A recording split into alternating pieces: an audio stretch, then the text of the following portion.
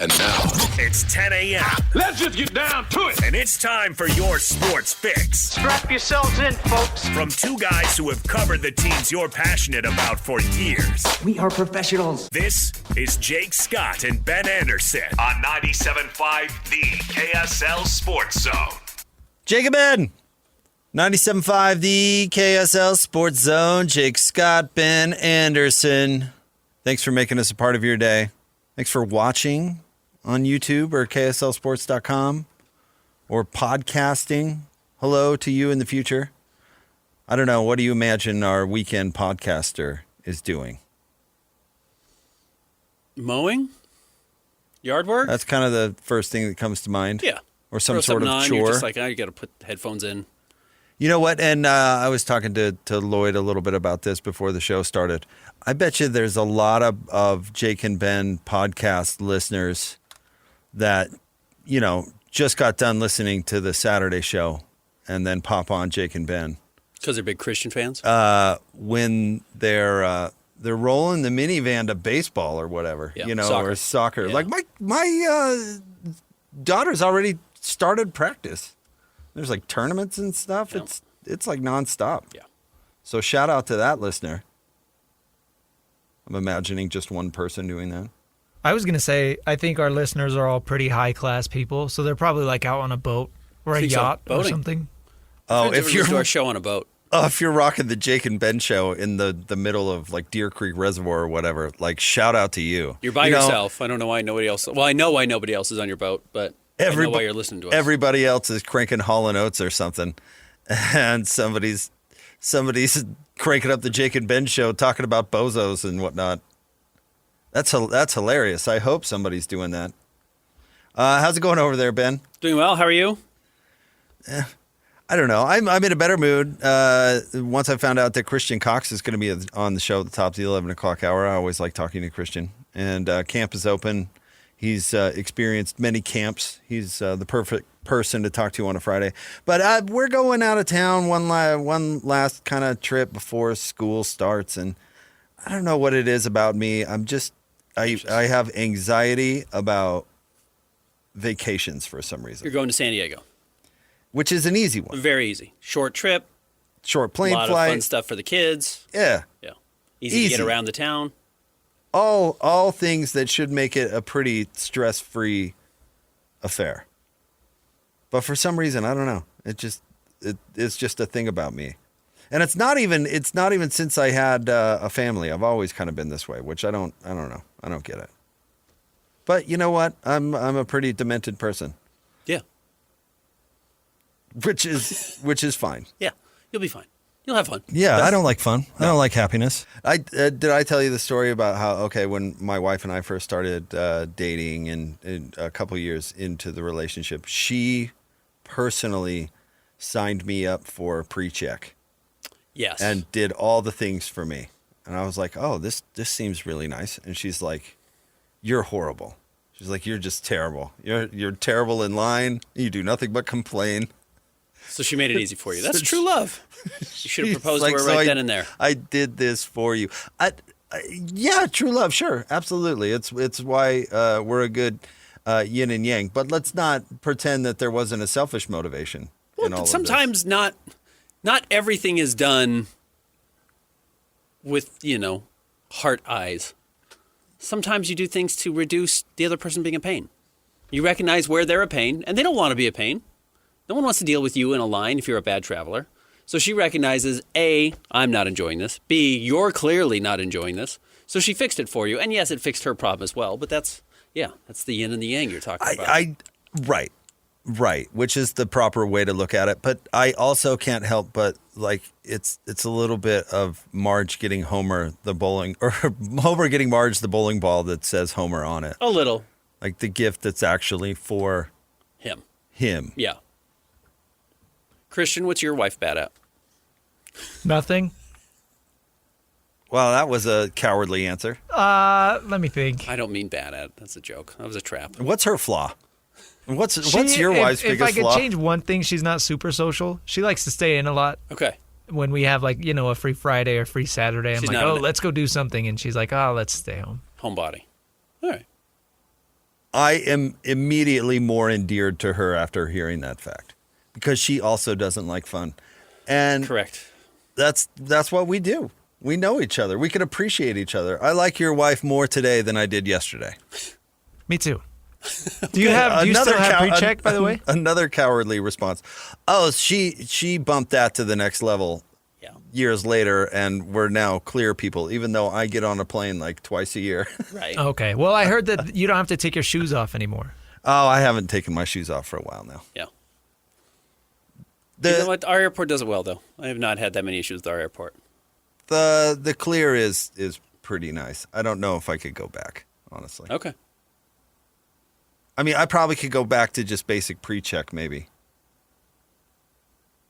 But have you ever tried to go through security at like O'Hare? There are bad ones. Yeah, certainly there are bad ones. The airport reno and the security over there now seems pretty tight to me. Yeah, like, really quick. I'm a fan, but a lot of agents. They move I look quickly. at that winding line though, and I think I couldn't do that. I'd be complaining the whole time.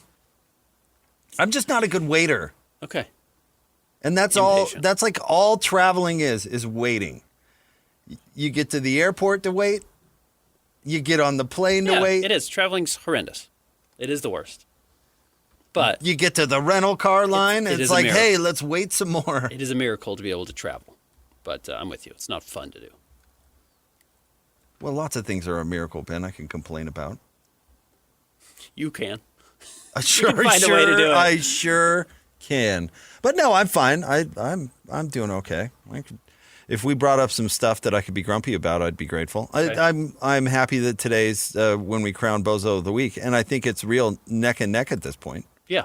We'll see if anyone shows up late. And I've really put in a lot of thought to who I'm voting for. Okay. Is that how we're doing it? Are we voting? I think we can try and make arguments and come to a consensus. I guess if we have to throw it to Christian to settle disputes, I'd be fine with that. Okay. I'd be fine with that framework. Then Christian turns out to be the bad guy. Although he'll always side with you, so you probably Why love would that be the case? Why would he always situation. side with me? He always sides with you. Constantly. Even when you're gone, he's just taking shots at me left and right. What was the one you blindsided me with when Hans was on? You guys were playing all this sound about like your favorite mess ups on air. Oh yeah, and you Christian told me to play another one, and I ambushed you with your Woody Page with one. my own. Yeah. Oh, the Woody Page one was good. I think about that one every once in a while. Wonderful. But point being, Yeah. he feels the need to like fill that void Undercut you, when yeah. you're gone. All right. Yeah, well, it's someone's great. got to do it. It's Keep you on your fantastic. toes. So maybe I don't like this. Because you're going to come out Like that? What do you want? What do you want to do, Ben?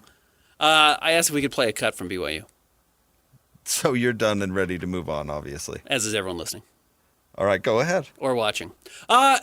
It's just another quarterback battle again for BYU. And we've talked a lot about the quarterback battle itself, but just the fact that there is another quarterback battle, and Kalani Sitake touched on it being, the third straight year that this is the case. Never mind, we don't have it ready. That is the issue for BYU. It'll be a third straight year, a fourth straight year with a new quarterback. And it is hard to build continuity that way. Now, I think that is going to be, in some ways, the norm for more and more schools with the transfer portal, especially if your last quarterback wasn't good. And like we talked about yesterday, if your quarterback is good, they become a threat to transfer. Now, here's Kalani Sitake on another quarterback battle at BYU. I mean, there's competition all the time. Obviously, we had a quarterback competition last year, so we've been luckily the staff has been through quarterback competitions many times before, and so the goal is to try to get these guys in a situation where we can play football and see how they can function. And I thought they did a great job today. I mean, we'll watch the film and look at everything. I mean, obviously that's going to get the eyeballs on the quarterback position first, but I thought overall his team competed really well today. I'm not a coach, obviously, but I can't imagine necessarily that having been in a quarterback battle before or having seen them, necessarily makes it easier the next year, other than you may feel comfortable being more patient? Because you've done it. You said, well, maybe we didn't name somebody until the last week or 2 weeks before, and as long as we were in by then, we were okay. But I would imagine all of these are different because every quarterback's different. That's why quarterbacking is so difficult. Yeah, evaluating talent is a what do they say, like AI? The more it knows, the better it can be.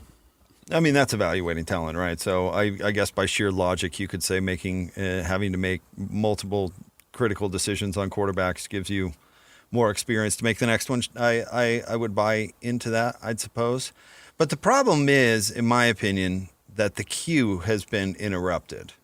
And maybe the queue was less full than was thought, if this makes any sense. Like, why was BYU so good from the late 70s to the mid 90s? Because the next guy was always lined up? The next guy was there. The queue was full. Now Yeah. the sport has changed, which makes this a little bit more difficult. But even if you look at Kalani's earlier career and A-Rod at BYU as well, there was that queue. I mean, Zach Wilson was the dude. They were excited to land him. They were excited to play him. They were excited to give him experience. People forget he beat USC in that first year he started. But then where'd the queue go from there, Ben? Jaron Hall. Yeah. Ready to go. Right. Plucked him right off the baseball team. Yeah. There was no controversy with Jaron. You knew he was going to be the next starter. He was the next starter. And when he played, he was really good. Then the queue has been non-existent. And then you land Retzlaff, and all of a sudden you go, okay, the queue's back. You know, we've got a guy. It's a little bit of a desert, but we found a dude, and he played really well. And then you figure, okay, I've got the queue set up because I've got Hillstead, I've got Bachmeier. They're both coming in. They're both going to be able to. We're going to do some evaluating while Retzlaff plays all this year, and then hopefully we have a grasp on who's next, who's Jaron Hall, right? I mean, that's the idea. And then the queue gets interrupted again because Retzlaff is gone, and now you're forced to make a decision. The problem is, what if they don't have a guy, or certainly a guy who's not a guy right now? That's the scary part. So the fact that they've made the decision again before, yeah, I would buy into that, but I'm not sure. That's not the issue. That's my point. That is not the issue. Just having to make a decision doesn't mean you have the right decision to be made. Yes, you have to pick. That doesn't mean you have a good option necessarily. And you're right, with Retzlaff, they certainly had lined themselves up to at least give one more year to develop to some of these players that are already on the team. And maybe that's, Bachmeier, maybe it's Hillstead, whoever it is. Maybe it's Bourget, or they could have recognized, as you mentioned with AI, you get another year to recognize those guys, see how they play behind Retzlaff, and if you don't have them in the queue, as you like to say, you go out and get somebody different. But yes, you disrupted that, and you've robbed your ability to make that decision in a timely manner, or with better timing. Yeah. Now you have to make it rushed, and it doesn't necessarily mean you have to have the guy. I don't know why it reminds me of this, but have you ever gone to the store when you're going looking for avocados? Okay.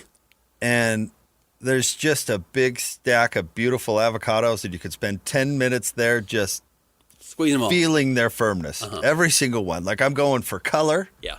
I'm going for whatever you're if I'm going right home to make guacamole, well, I need it a little bit squishier. Have you ever now picture in your mind grocery store? There's three there, and you need two. And it's like, okay, which one of these hasn't been run over by a truck? Right. They're all flawed. They're all flawed significantly. Yeah. Now, do you believe that your decision when you were flush with avocados has made you more capable of making a decision between the crappy avocados? I think this is an excellent metaphor. Actually, I don't think it does. When you have 1,000 great avocados, right, maybe it gets you a little bit better of recognizing what the last good one felt like when you picked it up. Right. What it looked like. There's value there. But that doesn't mean that that's sitting there. That one of the three avocados doesn't have to be the good one. But if from previous experience, if I feel one and that thing is a boulder and the other is borderline spoiling, well, I can make an educated decision on what my circumstance is that I need that avocado for. And that's not to say that maybe one of these isn't a good avocado at BYU, but just because you've bought a good avocado before doesn't mean with limited selection you're guaranteed to get one. Right. Yeah. It's all based on recruiting. It's all based on were you able to land a person who can get the job done? But the problem is that time now complicates things because none of these guys has had time to really experience what it takes to be successful, which, is valuable too, right? They're young players. John Beck wasn't that good as a freshman. That's the thing. To continue our avocado parallel, if you were buying one for tonight because you're making guacamole and one that you wanted to have ready on Monday night, you can get one that's not quite ripe that by Monday is going to look really good and you'll be ready to throw it on a burger or however you want to eat your avocado.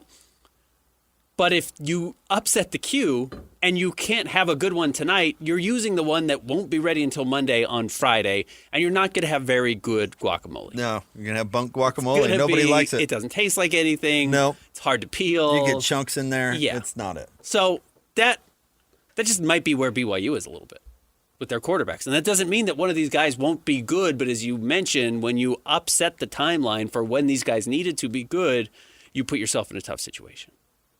Which is why, and I'm thinking about our promo running on the station right now, which is why I think they'll make the safe decision and go with Hillstead, because it's the safe one. It's the easiest to justify and the easiest to back off of. That's true. So, when you're making a decision where you don't have a whole lot of input, you're going to take the one you have more information on. I would guess. Or that's just easier because it's more of an upperclassman. It's another year of experience. But again, all these guys are so young, you have no idea. Getting back to our leadership conversation, I was a huge bozo at 18 and 19. Yeah. I wasn't leading anyone. I was the worst intramurals chair in my fraternity's history. I don't think I signed us up for anything. Yeah. Giant bozo material. But I knew guys that were I had buddies that were natural leaders and ended up leaders on campus and all this sort of thing. And it's like, okay, well, I didn't have that then. And I still don't have that. So maybe this is a really bad comparison. Forget everything I just said. Christian, can we cut that and start again? No, I think it's a good point, though. Like, some people just aren't natural leaders. So where does that factor into the whole conversation? Again, I think that's a little overrated. It doesn't have to be. And having somebody who people believe in is important. But if I believe in you, you have to also be able to do it on the field. Yeah, I got you. But the team believed in Riley Nelson. The team was better with Riley Nelson. They did. You're right. Jay Keeps was a better quarterback. And to Riley's credit, Riley could actually get it done at times. He won a lot of games. Yeah. It was kind of hard to watch at times, but they won a lot of games with Riley. He deserves his due. He's there in the BYU record books. But in large part, no offense to him again, is that his team rallied around him. His team played better when he was quarterback. The offensive line played better when he was quarterback. But, and with all due respect, if he's listening, and I apologize, Luke Patari might be the greatest leader in the world. When he took the field at Utah, the Ferrari, he was not good enough to win them the game they needed to win. I'm not here for Ferrari slander. He's still up at Utah, right? I think he's an assistant now. Is he really? Yeah, I think he works there. Well, there you go. So just to throw somebody out there. You got to have the Ferrari around. Yeah. Make that happen. But yeah, you can be a leader and not be good enough to make it happen. So the reason I bring this up is just because Kalani's quote, because you have gone through a quarterback battle before, I don't necessarily means, well, they figured it out last year. That means they'll figure it out this year. I think that can be dangerous if that's what the logic fans are using. And I would bet if you press Kalani on it, he's not actually using that logic. I'll translate what Kalani said for you, because he's getting it. Everybody's getting the vapors over the BYU quarterback position because that probably will be the sink or swim element of the season. He knows that. Everybody knows that, right? So all he's trying to do is deflect from that. Deflect might be a strong word, but all he's trying to do is say, okay, let's not think about that great question mark. Let's think about how experienced I've been and how I have been good at my job in the past. And so let's not talk about the elephant in the room, which I can't talk about anyway. Let's talk about, we've made this decision before. Good times. We're good at it. It's probably kind of where I'd deflect too, but it doesn't answer the question. It doesn't relieve the vapors, whatever that is. It doesn't unclutch the pearls. Yeah. And you know what? Kalani is right, though, that he is good at his job and he's done it well. Yeah, and they've made the decision before, sure. But that's I don't think that's answering the question. Yeah. All right. Top 3 stories of the day, KSLSports.com. Coming up next, it's the Jake and Ben Show, 97.5, the KSL Sports Zone. It's time to break down the biggest stories of the day. This is the top 3 stories of the day on KSLSports.com. 97.5, the KSL Sports Zone. Jake and Ben, 97.5, the KSL Sports Zone. You can win big every Wednesday on the KSL Sports Zone with Win Ticket Wednesday. Next Wednesday, you can win tickets to go see Cyndi Lauper, August 14th, the Utah First Credit Union Amphitheater. Don't miss Cyndi Lauper's Girls Just Want to Have Fun farewell tour.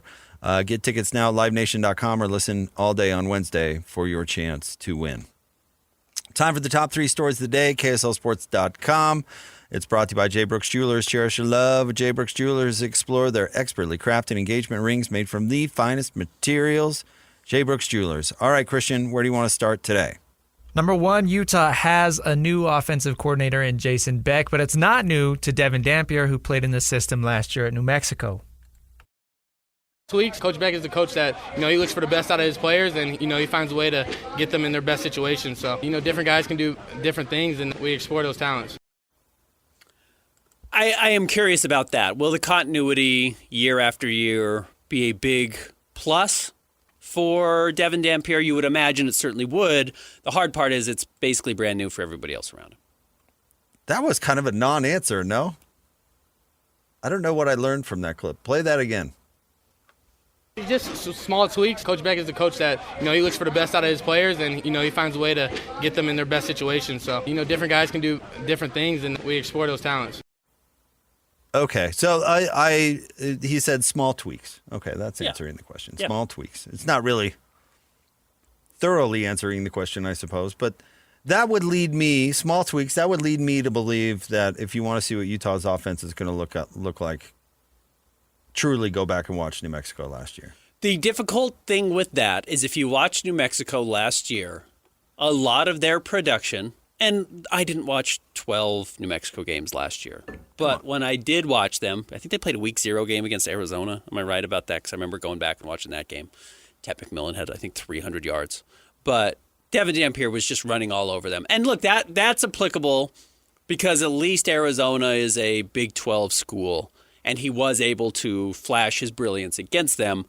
But I do worry sometimes about superior athletes, and Devon Dampier is a superior athlete, being able to run all over inferior teams, and then you get to the Big 12 and you can no longer just out-athlete everybody else. That's an interesting question. What is the gap between the Mountain West and the Big 12? That's what we're trying to learn. I mean, that's obviously subjective. I asked Kyle Whittingham, it's enormous. From the Pac-12, from the Mountain West Conference to the Pac-12, it was enormous. Yeah, that was convenient to sell at the time. It was. I'm not discarding that by any means, but yeah, I'm sure that was an adjustment. But we talked about Utah State basketball the other day. They have had very little problem adjusting to the Mountain West Conference. So that's a really interesting question. Athletically speaking, Christian Cox is going to join us in the 11 o'clock hour. I'd be interested to get his opinion on that because he actually played for Utah during that period. So I'd be curious to get his thoughts. He'd probably tell you it was a pretty big step, I'm guessing. But that's interesting. Like, he ran for 1,200 yards last year. If New Mexico were in the Big 12, would that have been 800? 600? I'm also curious what happened. Now, look, maybe it's because 3 of these games were non-conference games, though Montana State, and they lost to Montana State, so that's not a good. It's not a good outing. They lost to Arizona. They lost to Auburn, which is a good non-conference schedule. At Arizona, at Auburn is really tough for New Mexico. They went 0-3. And Devon Dampier was good. I mentioned he was great against Arizona. He had 130 yards on the ground. He had 260 yards through the air. He had 3 touchdowns through the air. Do you have any rushing touchdowns? I don't know. Yes, he had 2 rushing touchdowns. So he had counted for 5 touchdowns in that game. That's the one where he had like the fake He had the pitch. Yeah. Right, that got everybody excited about him, and probably why he jumped onto radars immediately for next year's transfer portal and now ended up at Utah. Over his last 6 games, Devon Dampier went crazy running the ball. He went over 100 yards, all but one game. That was at Colorado State in a game where they couldn't move the ball hardly at all, or at least they couldn't score. They lose 17-6, but he did put up big yards, 320 yards through the air, 51 yards on the ground, though. Clearly they felt like they could attack him through the air. But over his final 6 games, he averaged 130 yards on the ground. That's huge. That's a huge outing. Yeah. And 784 yards total.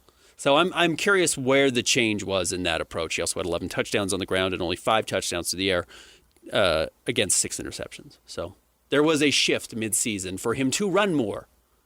And I wonder what that shift was. Oh, who was talking about this the other day? Maybe it was Bronco himself. Was saying that New Mexico, they thought they were going to throw the ball a lot last year because they had these stud receivers who did not turn out to be studs. It was Bronco talking with Scotty the other day.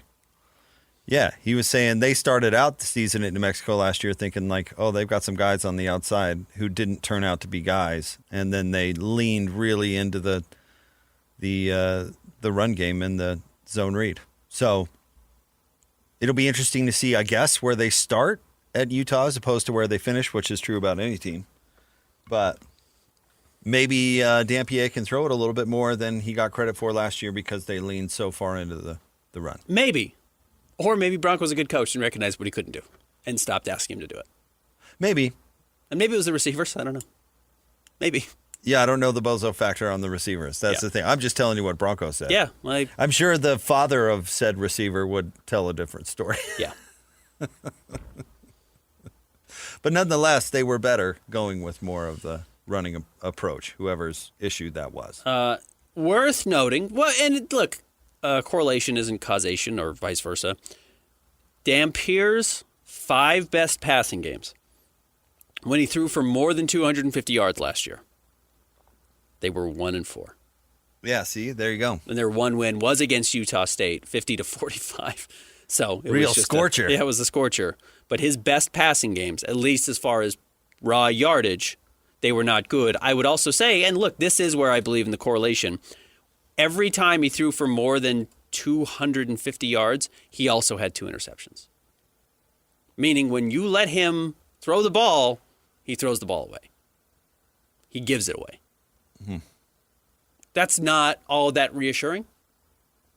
That it's going to be a wide open, throw the ball over the field offense. And to that point, you're probably better off holding onto the ball and making a play with your legs than turning it over.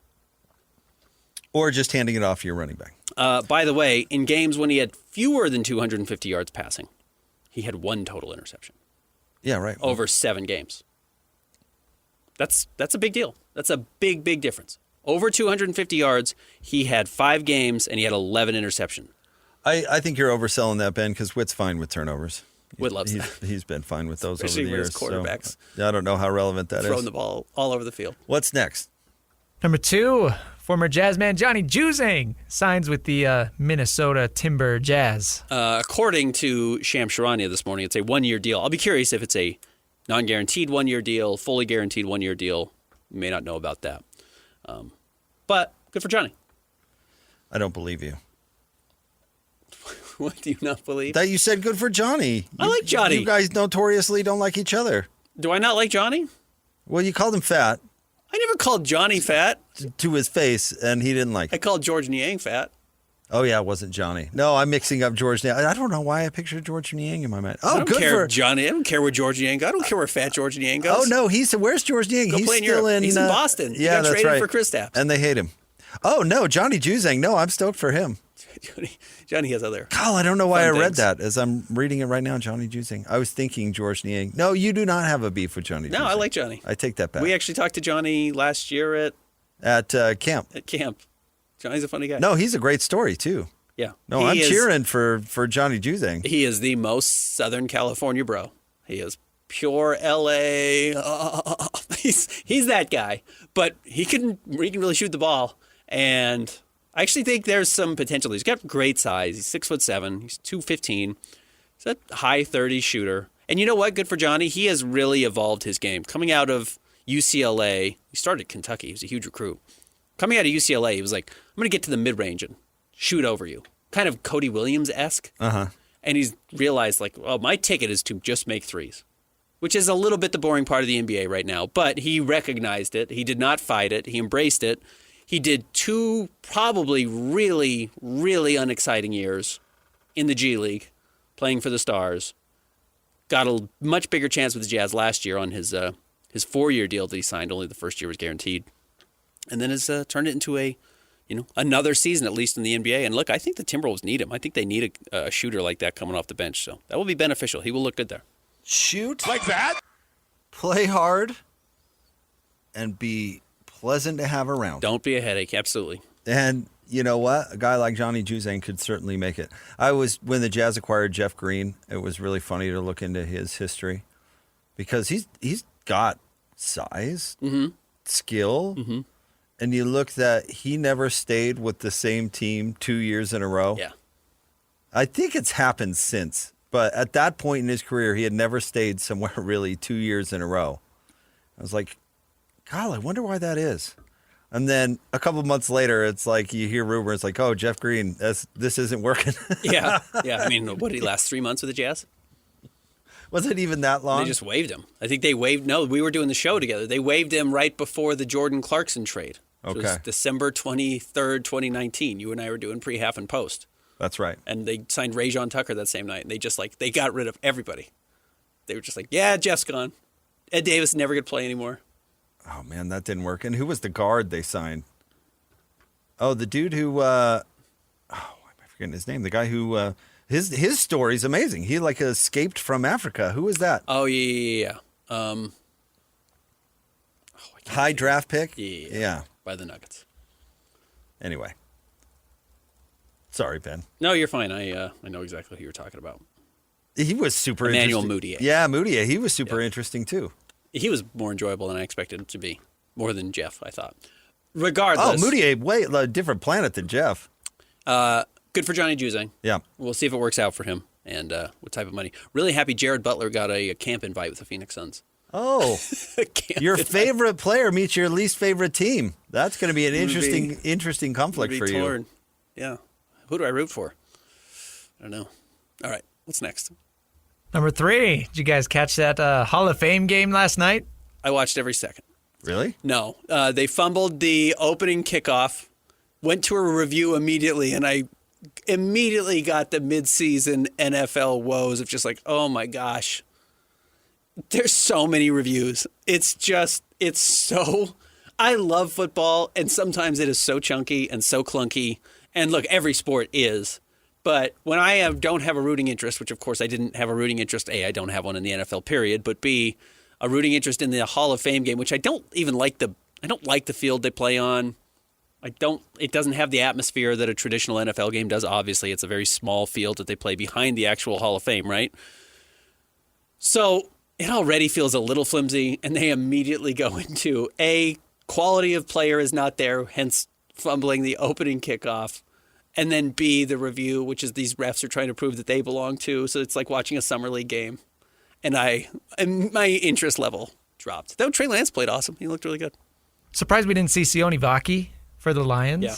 That was a bit of a shocker, but Can I ask this question? I didn't watch it. I couldn't generate the interest. Mm-hmm.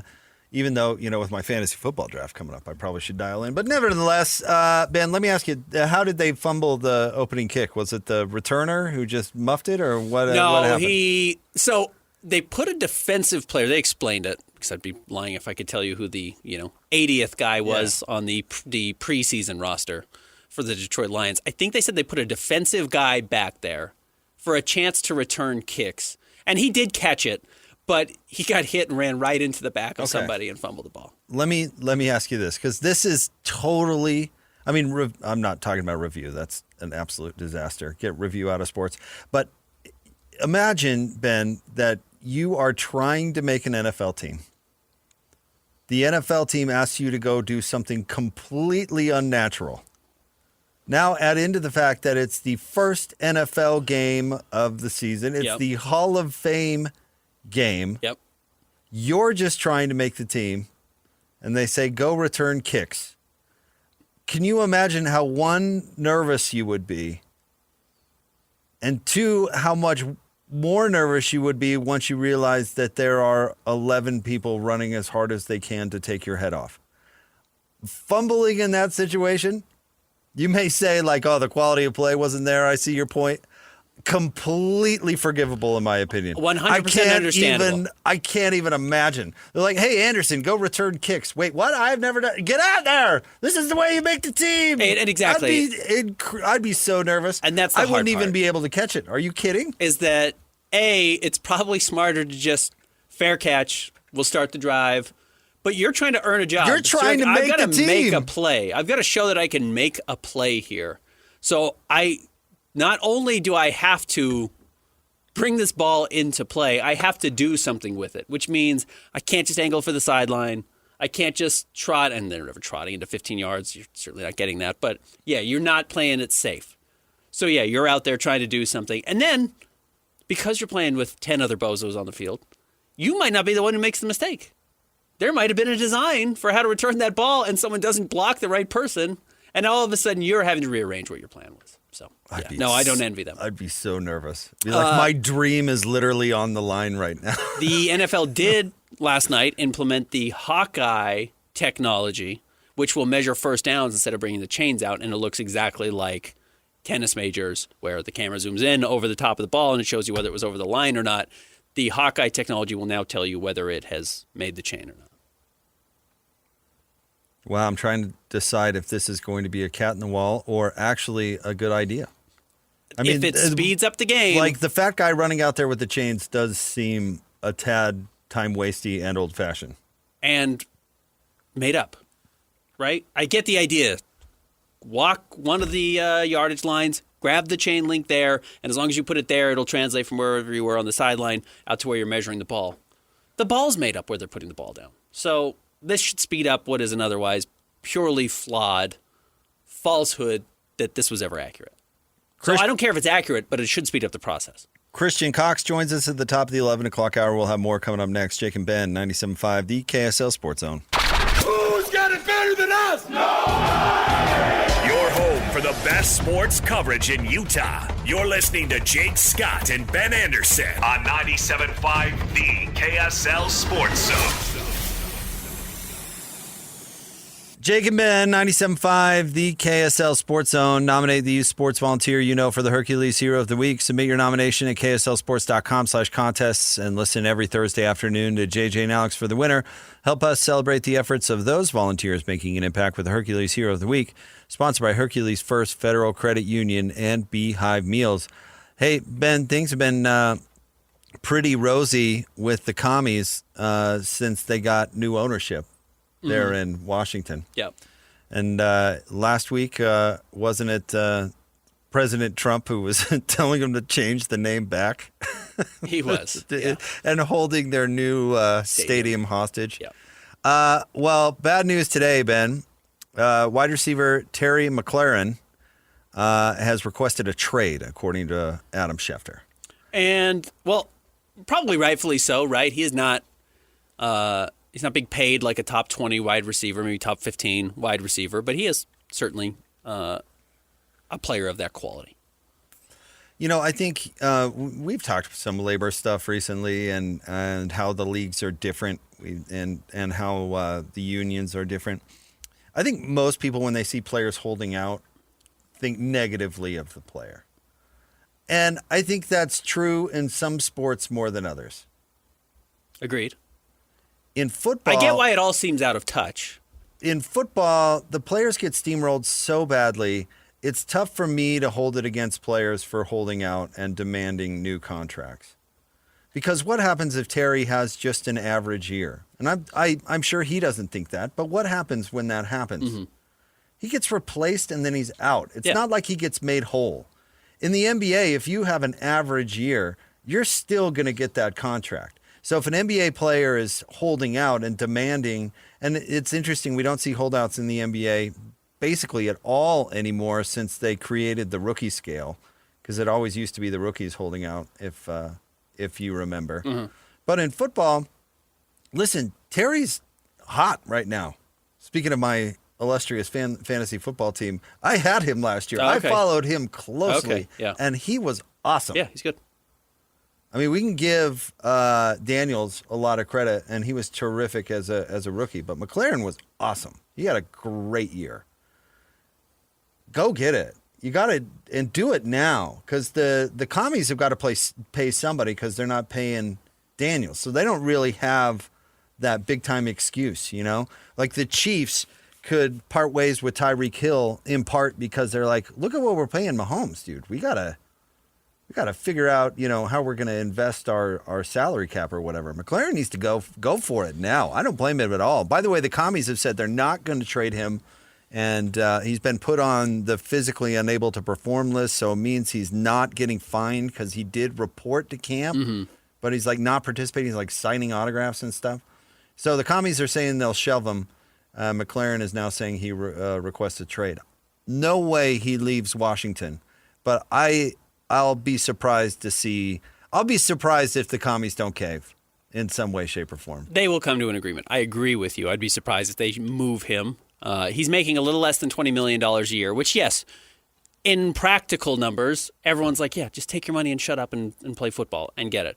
But compared to his peers, he's considerably underpaid. That's 18th in the league. Okay. So he wants to be around $30 million, which would put him around 8th. And Jamar Chase is making 40, right? Jamar Chase is the highest. So he wants to be compensated for being a top 10 receiver, which he probably is. And he's not getting paid that way right now. And like to your point, if you get hurt, you never get that money back again. So he's trying to get another contract with some guaranteed money on it to be in good shape. And he's playing the only leverage he has. Now, who was the receiver for the Steelers? Oh, it was Antonio Brown, right? Who didn't know it was the running back. It was Najee Harris? Le'Veon Bell, Bell. Who chose to just sit it out, and it ruined his career. Yep. Yeah. He never got back what he had. So there is a delicate dance here, which is why I think they'll figure out something. It's why I do love the franchise tag. If you're looking at it from not a fairness perspective, but from a health of the sport perspective, the franchise tag is really great, because you can just cut through all of this stuff, pay him top dollar, and kick the can down the road until you can figure out something permanent. And it absolutely benefits the player.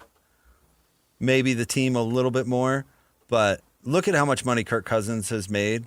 In large part, that's because the commies kept franchising him over and over again. He kept being eligible for more and more and more. And all of a sudden, he's getting these just monster contracts from the Vikings. Way more. He was eligible for way more than...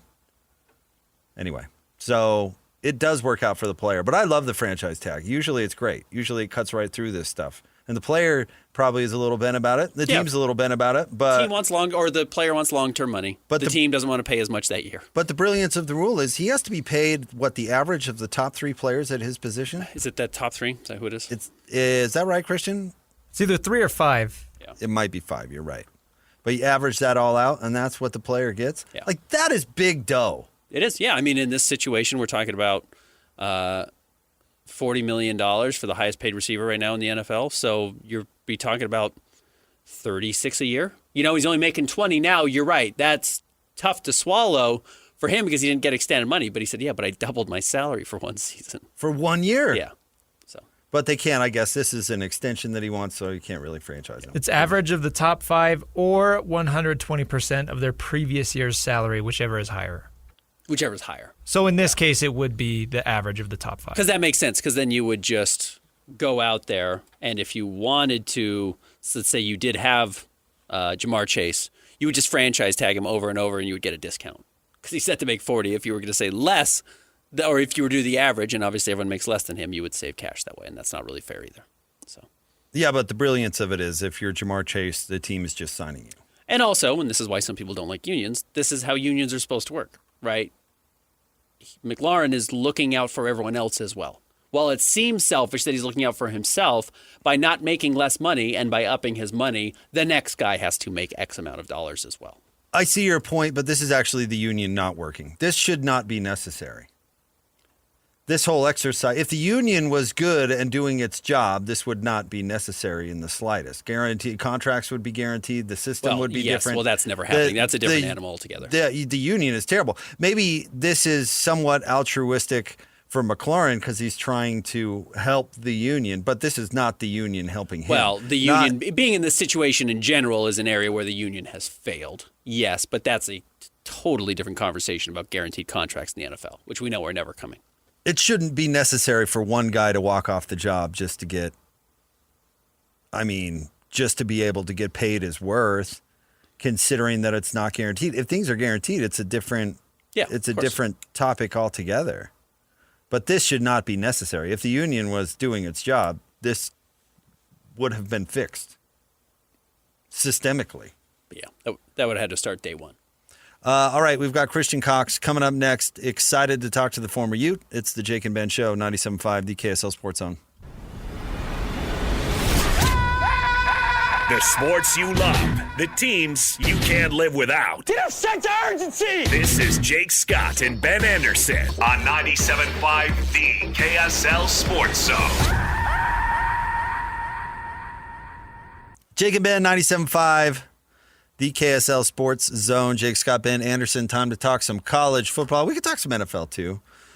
He's our good buddy, of course. Ute legend, former Patriot, our good friend Christian Cox. What's going on, Christian?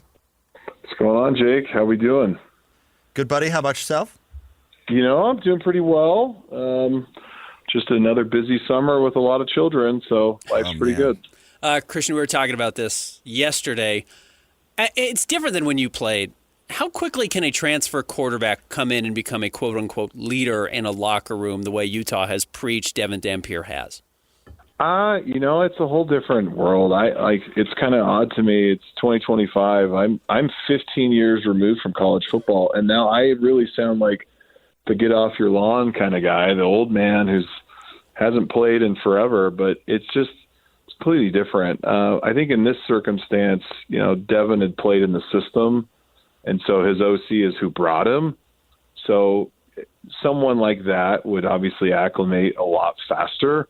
And, with the leadership structure at Utah and filling the void of Cam Rising, I think the quarterback room and the quarterback is the leader, right? I had the privilege of, watching the Brian Johnsons of the world, and even Jordan Wynn was a great leader. And you look to your quarterback for strength. And as I look at, Jordan Wynn, Brian Johnson, and even Terrence Kane, who's a JUCO transfer, is a little more quiet.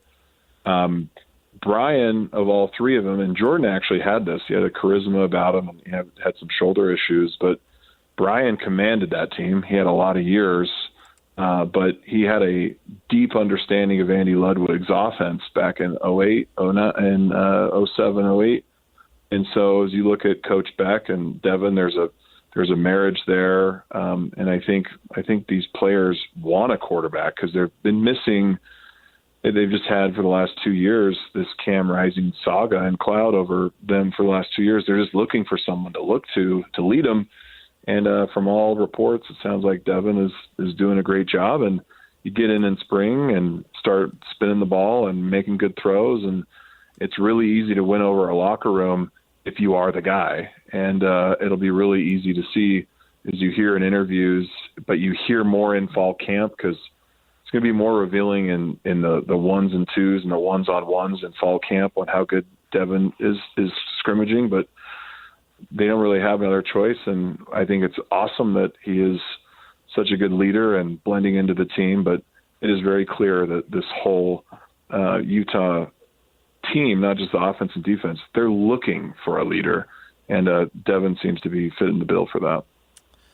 Ben and I were talking about what Dampier did at New Mexico and whether it would translate into a league like the Big 12, and it led me to think, what is the gap as far as, competitive performance between the Mountain West and the Big 12 right now? Ben actually brought up Utah transitioning into the Pac-12 as a comparison, and I'm curious to your thoughts on, whether he can do at the Big 12 level what he did in the Mountain West. Yeah, it's a fair question, right? You look at like a guy like Shedeur Sanders. I think he played FCS level before going to Colorado. He had a good college career. I think you could go look at statistics against Auburn on the road, an SEC team, of how well did he play. I don't have those off the tip of my tongue, but does he have the making of it? I think what's odd in today's football game is just there's a lot of FCS players that are thriving in the NFL. There's a lot of overlooked players that, move into different leagues and are successful. But my draw would be Shedeur Sanders made the jump really well. I'm not saying he's Shedeur, but there's plenty of quarterbacks who, given the opportunity at a higher level, it really comes down to, it sounds dumb, but can he limit his turnovers? Is he matured as a person? I think this would be his third year playing, even though he was a sophomore last year, I believe.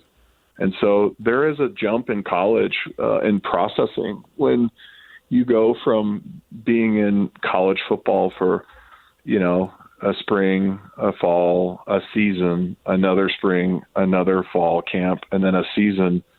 You kind of have a good sense of how the speed of the game, how to operate, how to take care of your body. And personally, I made a massive jump from sophomore to junior to senior year, and that's just where guys get a lot better. So I don't know. We're going to see. I guess that's the most exciting part. He's on the road against UCLA to start.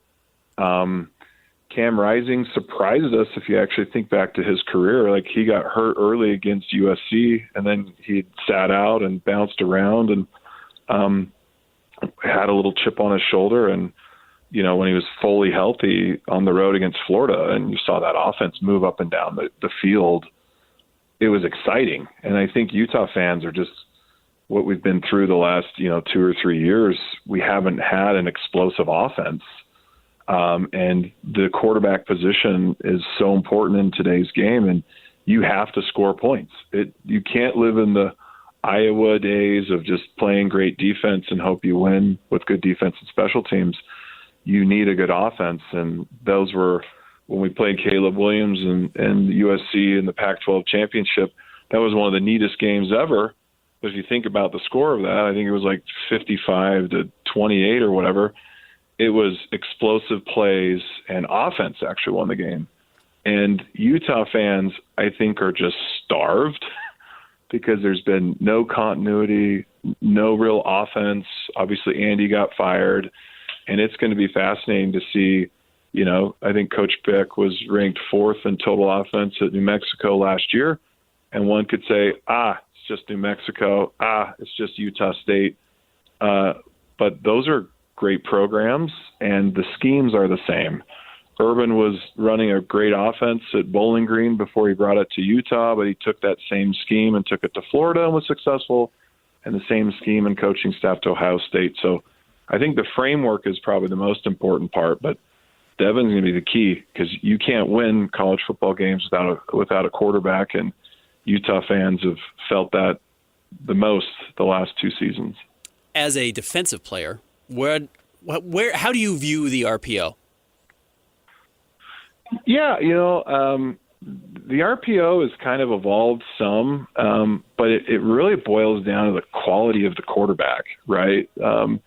If there's old quarterbacks I played against forever ago, like Chip Kelly played it when he was coaching at Oregon. There was a quarterback called Jeremiah Masoli who was kind of the first to run the RPO that we played against, and there was another running back named Michael James that we played against. And it was confusing, but it wasn't that hard to stop if you played sound defense.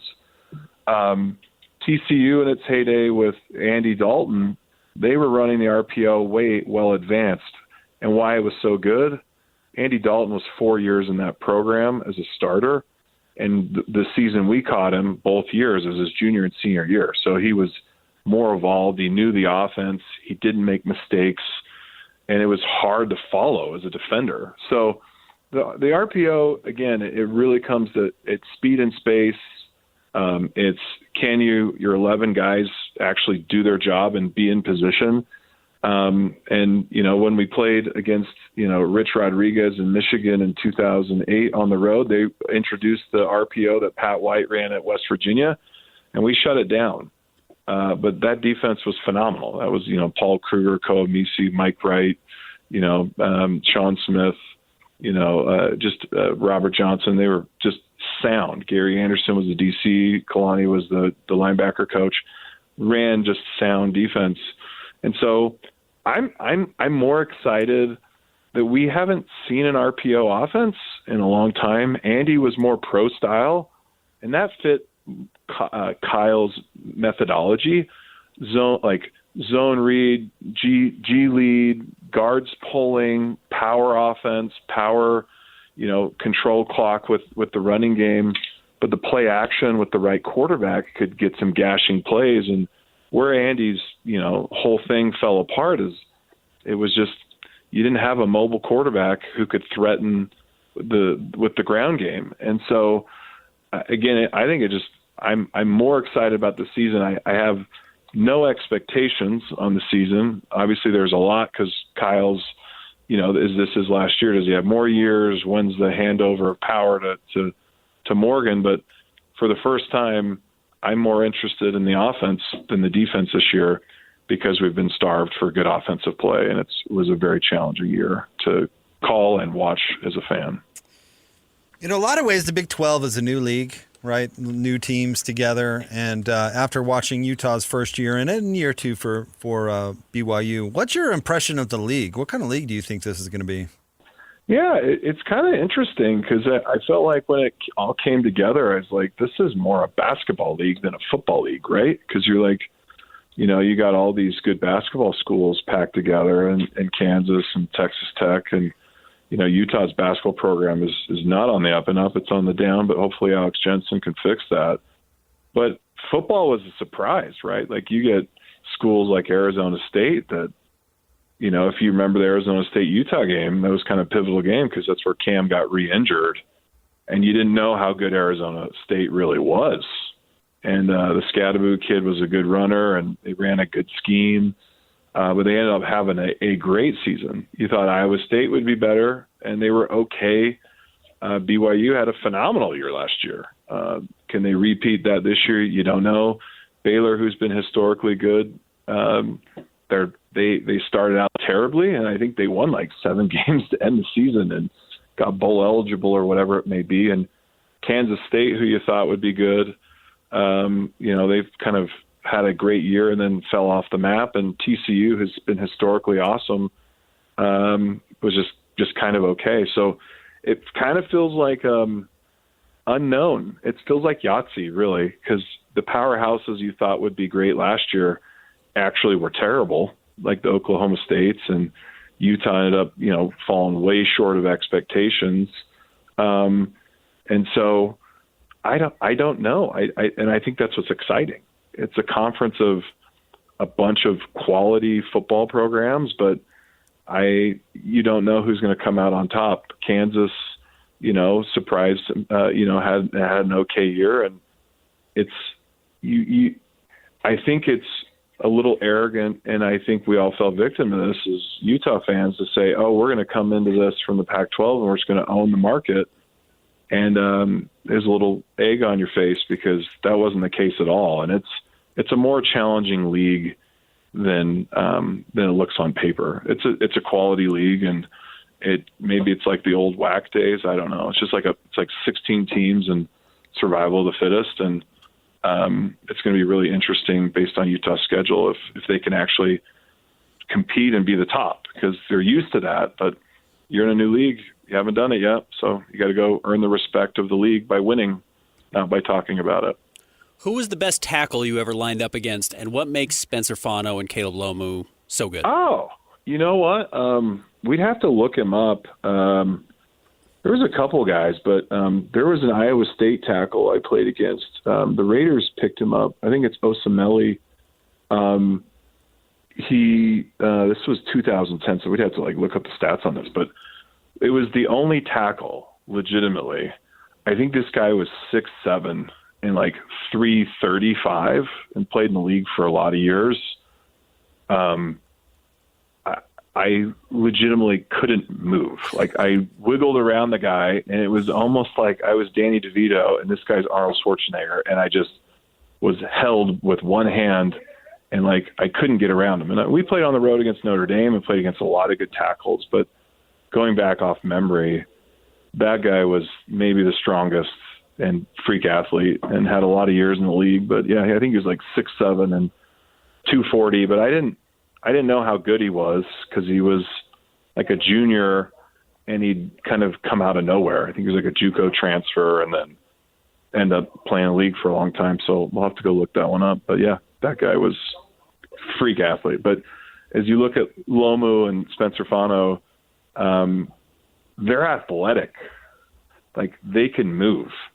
They're not just straight strength. And I think as you look at the offensive line, that's one of the things that Devon's going to have a great advantage is they have basically a full returning cast, and these guys are not, stiff soldiers that you can just bend around. They have strength and speed, and that's why they're going to be, draft picks in rounds 1 through 3 if they can stay healthy and have good seasons this year. All right, last thing for me before we let you go, Christian. What was your last year playing for the Patriots? What year was that? That was 2011. So it's we're talking. I'm old. I'm almost 40, I guess. Who knows? So if I were to ask if I were to tell 2011 Christian Cox that in 14 years, Bill Belichick will be dating a 24-year-old adult novelty item heiress and the head coach at North Carolina, of all places, what would you have said? Feels like a baited question. I would have never believed you in a million years. This feels like a bait and switch. It feels like there's a book that was written, and then all of a sudden it's hey, chapter 59 and 60 are not even close to the theme or the story. It's you're I don't even believe the sequel. It's really wild, and it's odd because I obviously interacted with Bill for months, and then he was injured and was rehabbing, and still see him and talk. He's just so old school, and it just feels uncharacteristic. But end of the day, he's his own man. He can do whatever he wants, I suppose. But the fact that he missed coaching is clear. The fact that he's I'll go take a job in college. And North Carolina is lucky, I guess, to have him, but you never know for how long. But it does have a lot of appearances of this could be a train wreck. I don't know. I can't speak to the guy who's won 8 Super Bowls between the Patriots and Giants, and maybe he's really good at coaching, and I don't know. It's a little odd, but to each their own. I thought it was funny at the Tom Brady roast that Gronk was basically this is the guy who told us to button it up all those years. He's out here running around. Oh man, what a wild turn! What a wild turn. Maybe he runs such a tight ship. He's just I'm throwing out the playbook. I'm going to do whatever I want, and who knows? We're going for it. Yeah, good for him, I suppose. Christian, thank you very much. It's always good to talk to you, dude. Thank you. No problem. It's good to hear you. Thanks Jake. See you, Ben. See you, buddy. That is Ute legend Christian Cox and former Patriot. Yeah, I always thought that would be funny. Did you ever have somebody in your life, Ben, who would tell you to button it up and keep on the straight and narrow? I don't know. Maybe it was a parent, but it could have been a neighbor or a coach or something who was an influence in your life to make discipline decisions? Government officials. All of them. What, like social workers? Do this. I'm going to do something different.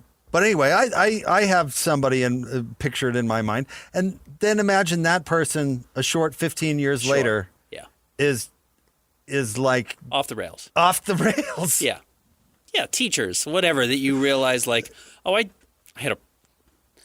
I'm not going to say anything. I had a teacher one time that, I just saw like 10 years later, and I was like, oh, yikes. Like that went tough.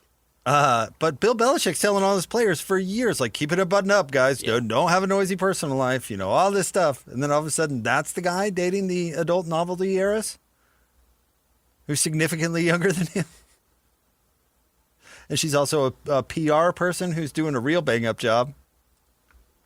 And now she's running a football program. Tickets are sold, man. People are going to go see North Carolina play football this year.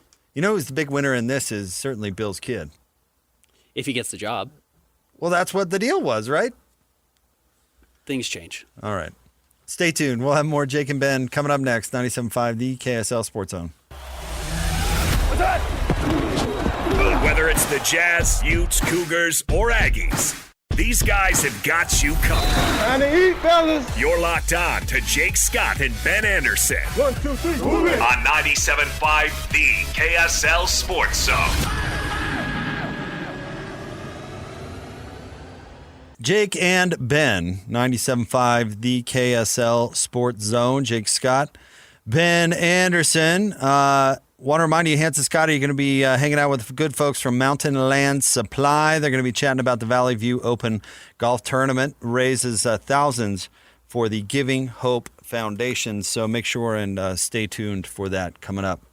Ben, LeBron's back on the Snap Talk. Can I complain about that? Well, actually, can you interpret this for me? Okay, he sends out a picture of him working out. All right. And the caption is, say whatever you want, but you damn sure won't be able to say I didn't put in the work. All caps on work. We'll see what happens when I no longer exist. Man, F this. Shh. All right. So he's saying like he still works hard. He's looking forward to, I guess, not doing all this when he's out of the league. I don't know. The statement itself was like, okay, you're working out. You're saying something about working out. Good for you. But here's the thing, Ben. He's working out. The picture is him working out in front of a big Clippers mural. Yeah. There's a Clippers mural on the wall. Right behind him. And then you look into the story a little deeper. Clutch bought the Clippers' old practice facility. Mm-hmm. And so that's the excuse they're saying to the controversy. They're saying like, we just used their facility. But as we know, LeBron doesn't do anything accidentally. Yeah, take a picture somewhere else. Because not only does it say Clippers right behind him, there's the little ball Clippers logo, which I don't even think is their logo anymore, but there's still that logo on a box right next to him. Like, very clearly this was framed to look this way. To include the Clippers, yes. To use some dialogue or language that is appropriate for social media, it's a carousel, meaning there's several photos on this post. It's like a photo carousel, like old slides.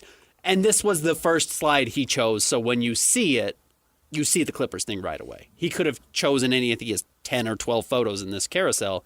He could have chosen any of them, and he chose the one right in front of the Clippers because if you scroll through it all, no other photo includes a Clippers logo. He clearly picked that one on purpose. So what is he trying to say here, Ben? Like, I want to be traded to the Clippers? We do know that he loves L.A. more than he loves the Lakers. I think he is just trying to be a headache. Get attention? Yeah. This is an attention thing? It's like, you wouldn't do this. You're, 40 and married and you like your wife. But it's like, if you were 20 years old and you were trying to upset your even active girlfriend or whoever you're with right now. And you were like, well, I went out with all my friends and we went to a party and it was all cool. And I got photos with 30 different people. But there's the one either friend of mine or former girlfriend or whatever that my girlfriend doesn't like. And you chose to put her as the forward-facing picture, even if you have no intention of getting back together with your old girlfriend or you guys are just friends. Putting that forward and putting that as the number one photo is obviously you're doing something passive-aggressively to irk your current girlfriend. And that's what LeBron's doing. And it's bizarre. But again, it does go back to the fact that he is purely arrested development. He has not really fully grown as a person since becoming a millionaire at 17 years old and still has some of those, I think, childish features. Christian, is it just me or did that comparison been made sound autobiographical? Yeah, a little bit. A little bit, right? Ben, are you making girls jelly over there? I mean, let me look at my Instagram page. That behavior I know is well in your rear view now that you have a fiancé. Well, this sounds like something that you've done before. Let me see if I can figure out if I've done that before. Anyways. That's very manipulative. But yeah, that's what LeBron's doing. It's manipulative. So he's trying to get the 5 Laker fans that actually still like him up in arms? He's trying to get the buses up in arms. He's trying to get the new ownership of the Lakers up in arms. He wants the attention.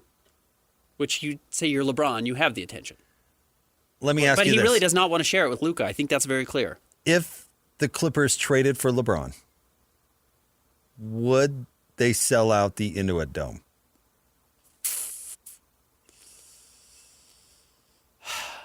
Probably not. I don't think so. Probably still I don't aren't think selling so. all the tickets. Because what does everyone say? Luka and the Lakers, man, they're right down the street. Luka and the Lakers.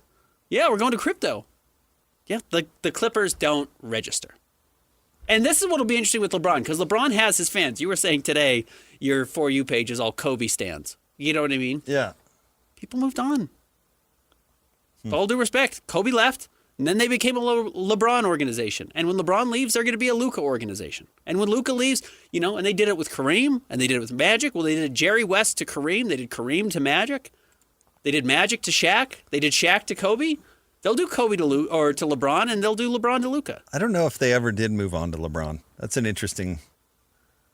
LeBron's been somewhat controversial in L.A. because everybody thinks it's Kobe's stolen valor, and laughs at the Mickey Mouse title. Did you see that noted Bozo? What's his name from Philadelphia? Come out and cast doubt onto the Mickey Mouse title. Yeah, I did. He was like, if I would have won that title when he was with the Rockets, Daryl Morey, thank you. When I was with the Rockets, if I would have won that title, I would have certainly waved it in everybody's face. But since I didn't, that thing is worthless. Yeah. It would be interesting to see what LeBron's legacy would be if they did not win the Mickey Mouse title. It would be a lot different. He's spent more time with the Lakers than he has anywhere else now. Is that true? At one time. Sure. I guess his total years with the Cavs would be more, but at one time through one stretch of his career. And he's made it to one Western Conference Finals and won the Mickey Mouse title. And that's it. Yeah. And now he wants to go to the Clippers. Carries a lot of weight. Now he wants to go to the That championship carries a lot of weight for LeBron. And they were a good team that year. I don't think they just won only because they were in the bubble. They were good. But as bizarre as that was, it is a championship that maybe carries more weight than any other in the NBA right now. But the bubble unfairly, well, I don't know what was unfair about that wild time, I guess, but it absolutely benefited older players. Yeah. Because you had the discipline to stay in that unique environment, and you had 3 months off to get healthy going into it. And you give street clothes 3 months off.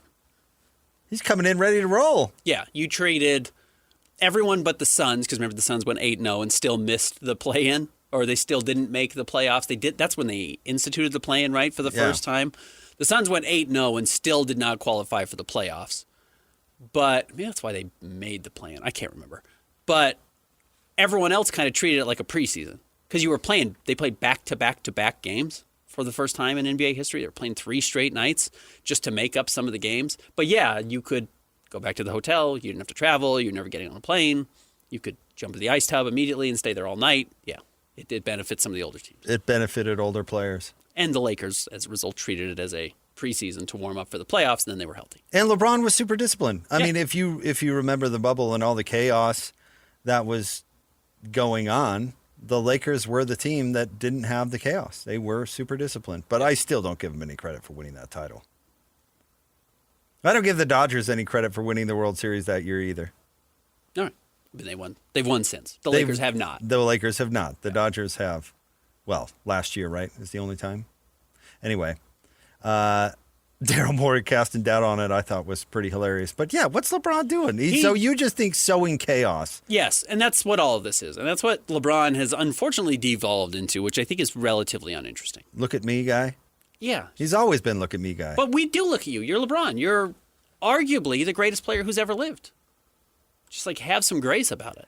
Now, and I like LeBron. This is not that flattering. Now, if he really were funny, he would work out in front of another team's banner today and have it be like the Pelicans. Well, he did do the workout in the Cavaliers hat or whatever. That's true. It He was. played golf in a I'm home hat or whatever. Welcome home. But it can't be a destination. It needs to be like the Jazz. Yeah. That's why the Denver thing was weird. Well, that had something else to do entirely. Creating a traveling basketball show. Sure. I also think he works on multiple levels. I think he recognizes all He's of it. playing 4D chess? Yes. LeBron? As well as he knows how. All right, stay tuned. We'll crown Bozo of the Week. I'm curious to see where the votes fall out. But this doesn't bode well for the Lakers. None of this bodes well for Well, LA. no, they're going to stink next year. Yeah, it's going to be chaotic. Because LeBron has squandered all their resources for years to come. Yeah. Jake and Ben, 97.5, the KSL Sports Zone. Who's got it better than us? Your home for the best sports coverage in Utah. You're listening to Jake Scott and Ben Anderson on 97.5 The KSL Sports Zone. Two niggas on their ways, talking sports. They got him made Jason on soul. Loves his tie guy, Ben's got style with his scarf. Oh my.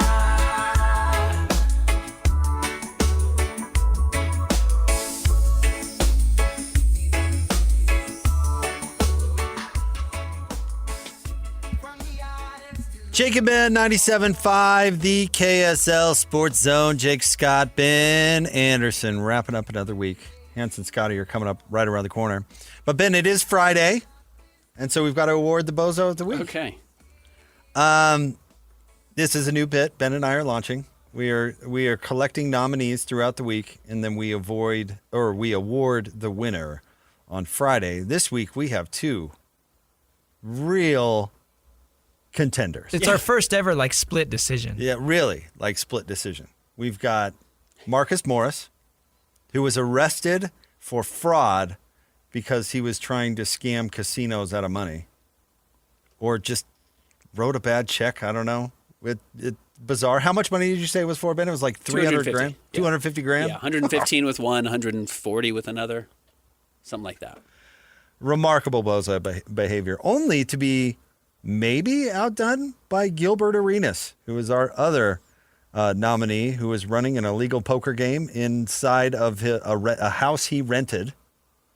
And was renting out. I think it was a house he owned that he was renting out. Is that what it was? Anyway, he got arrested along with several other nefarious characters, including at least one with a significant connection to organized crime.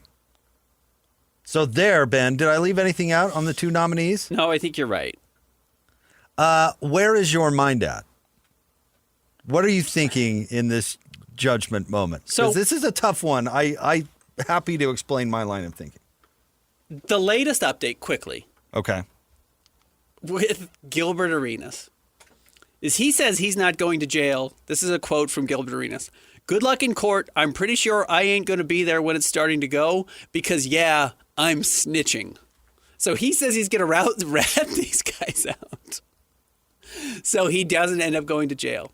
The 43-year-old, this is from our friends at TMZ, the 43-year-old bailed out on Wednesday after posting $50,000, which is not a huge bond. Remember, Marcus Morris did not get bond because he wasn't either was a flight risk or whatever the reason he didn't. They have had the to money. send him back to Nevada.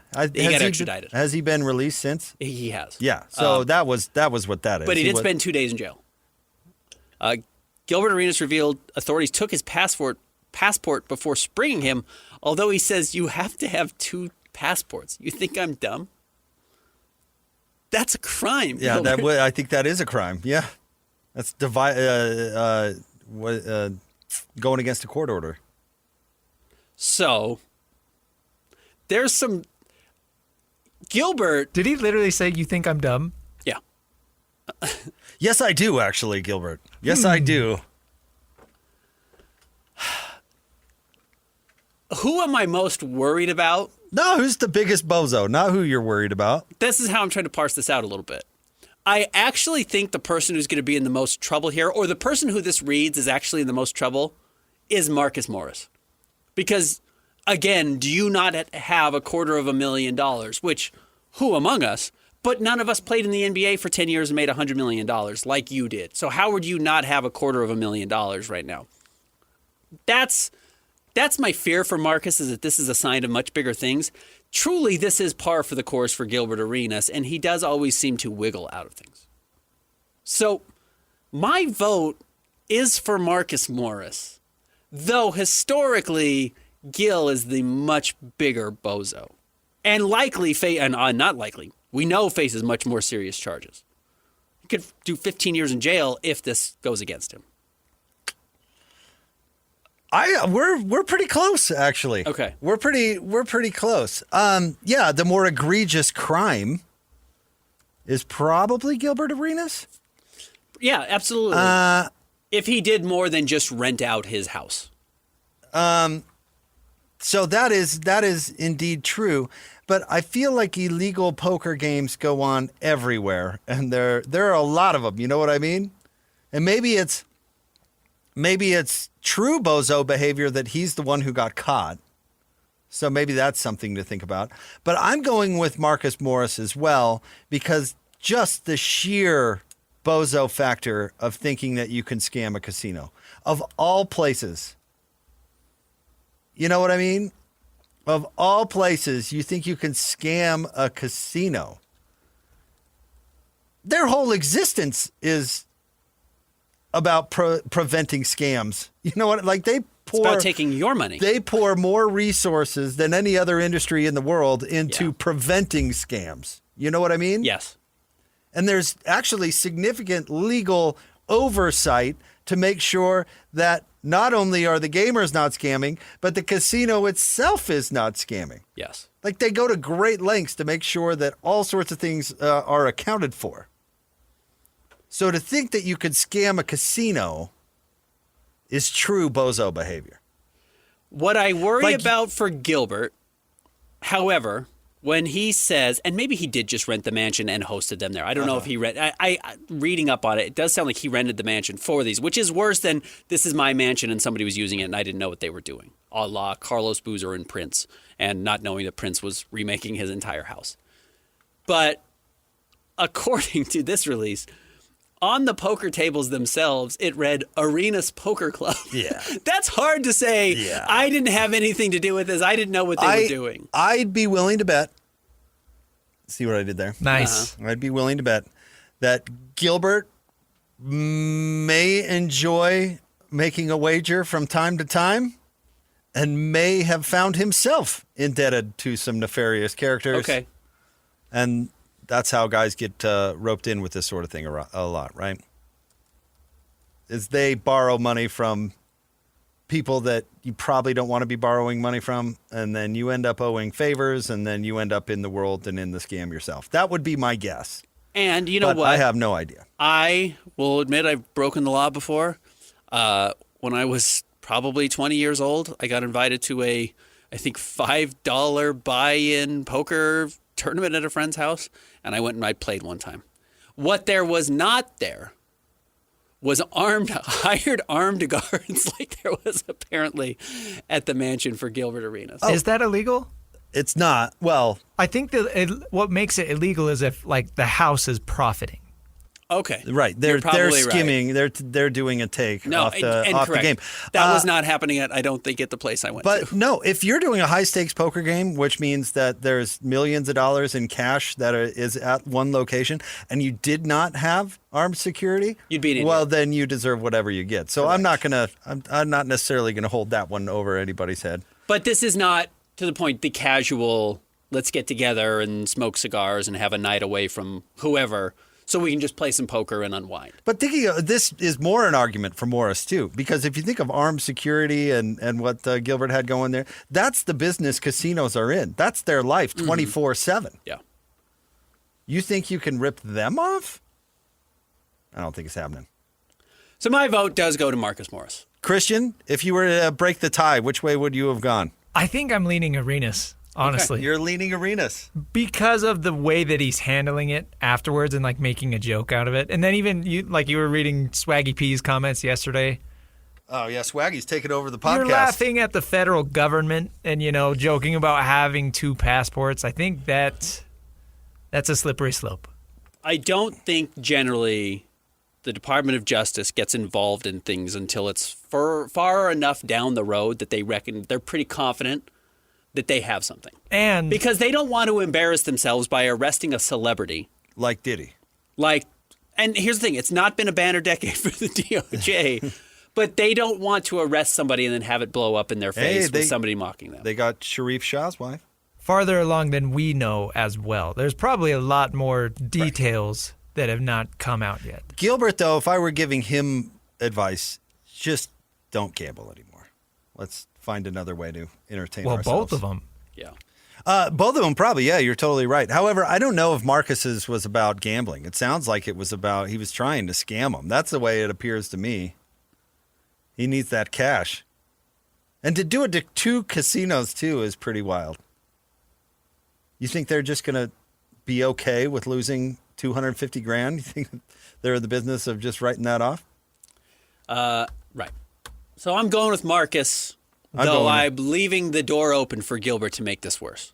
All right. How are we going to handle this? Are we going to let you guys be the deciding votes? Are we going to put out polls? We got a majority. We can vote amongst the show. That's fine. There's 3 of us. It's never going to be tied. So Christian loses this week. Loses.